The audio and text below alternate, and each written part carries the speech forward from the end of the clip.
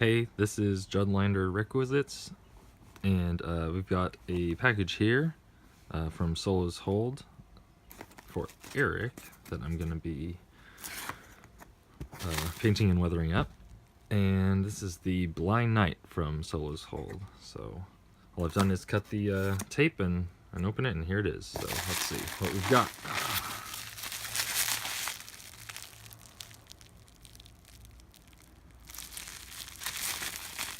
Not sure what that is. Let's see. Okay, let's just take everything out first. There's the flange, the blade emitter flange. Here's the cover.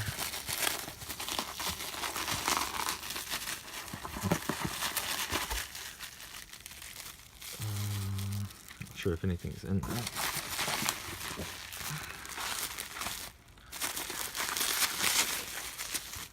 Okay, and here's the main event.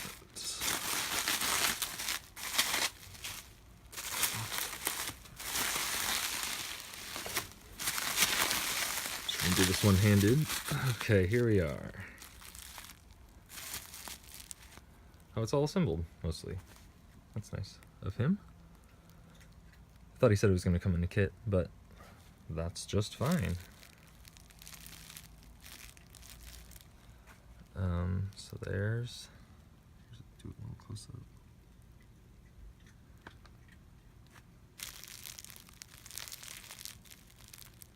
Very nice. The machining looks amazing as usual. Absolutely lovely little machining. No real marks anywhere or dings that I can see. Switch holes are very round and no burrs or anything. The ridges on the back here, very clean. Looks very nice. And the pommel.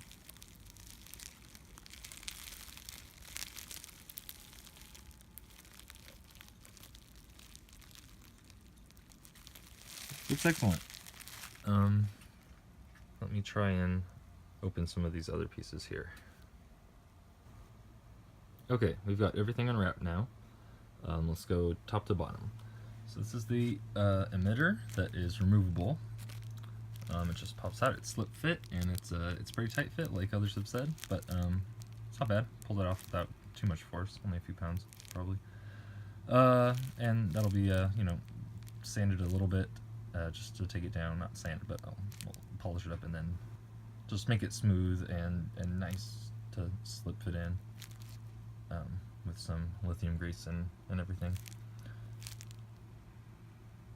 And it screws in with this little screw here. Goes through that hole into a two-layered here. It's a pretty secure fit. Okay, it goes into that hole through the first ring and then the second ring, through both of them, with that in between. So it's really sandwiched in and can't move or anything. It's a good idea with a tiny screw. Not really the head itself, but the threads are little. It looks like 1032 or something. Not too small, but anyways, it's a really secure method. It's a good design. Surprise, surprise. Okay, and this is the emitter flange that goes over it, which is nice and shiny and smooth and everything. It's proportioned really nicely to the actual hilt itself. And this little guy is the little box that goes on top of this right here, just in the middle. And it has the little curved edge to fit nicely. And then the heat sink, this is what this is, goes in the back and fits all the way in the front and just sits right against there. This little gap, I don't know if you can see where that stops exactly, kind of. but it's flushed right up there. Actually, I'll just show you. Pop it in.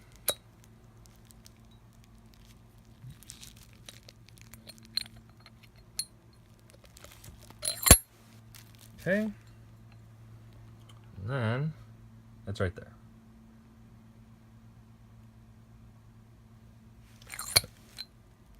This is going to be a shelf queen for as far as the customer said, so no install or anything, so that might be left out. Or it might be able to doodad it up, greebly it up, and make it, you know, look like the internal once you take it off. Could be fun. Anyways, moving on. We've got the main hilt itself. Like I said, the machining is excellent. The corners are rounded and just, you can see there the glint. Very nice machining all the way down. And this has a different texture. Looks like that's on purpose, because here's like another smooth section, and it doesn't have any texturing. It's very smooth. So you look at this, and you can see with the light on it, it's kind of wiggly texture, like back and forth over, like two layered. Yeah, it gives kind of a rainbow effect, like holographic almost, which is pretty cool to have just in aluminum, just bare aluminum. That's neat. Okay, and then we have the little shroud that goes over the this part of the hilt with the box on it there. That's the cut. This is the shroud.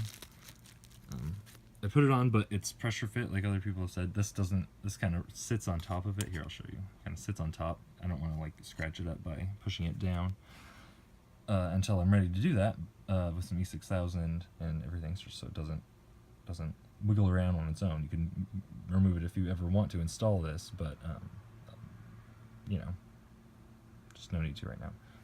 And this is the box cover for that, with two little holes for tech switches if you put them in there, it looks like. And these are here you can see the little struts, little bars that go in these recesses. That will stick out, I believe, is how they're supposed to go. Those are in there. I didn't want to take them out just because they're all wrapped up and happy in there. And we have the pommel, which has a D-ring holder right there. Again, you can see the holder. It's really nicely machined. It's really fine milling marks.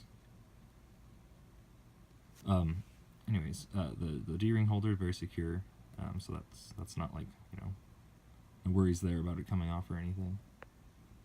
And the sound venting is hidden. This, I'll put the pommel back on and show you, but you can see there on the inside, the sound venting is there, but it's in this groove that is going to be black, or darkened at least, so you really can't see them once it's on. Let me put the camera down and screw this on just so I don't mess it up, and I'll show you. You can see they're even partially covered up, I noticed as I was screwing this in. They really are hidden well. So they're halfway covered up, excuse me, just looking straight on, and then at an angle you're not even going to be able to tell. And over here too, it's very slim, but it provides a lot of air movement for the speaker to play with. And it's going to be black in there. It's a little, here, sorry. It's a little recessed ridge there, hard to get, but you're not going to be able to see it at all. It's cool. Very, very, very good design, again. And then here we just have the D-ring and the little set screws and the arrows for the box, just like Luke's hero. And the pins for the Graflex-esque connection holes there. These are the little teeny tiny pins in there. Try and get one by itself.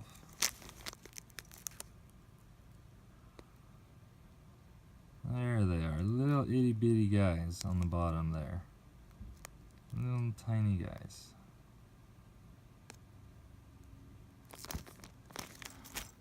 And then they have this cool sticker, which is pretty funny.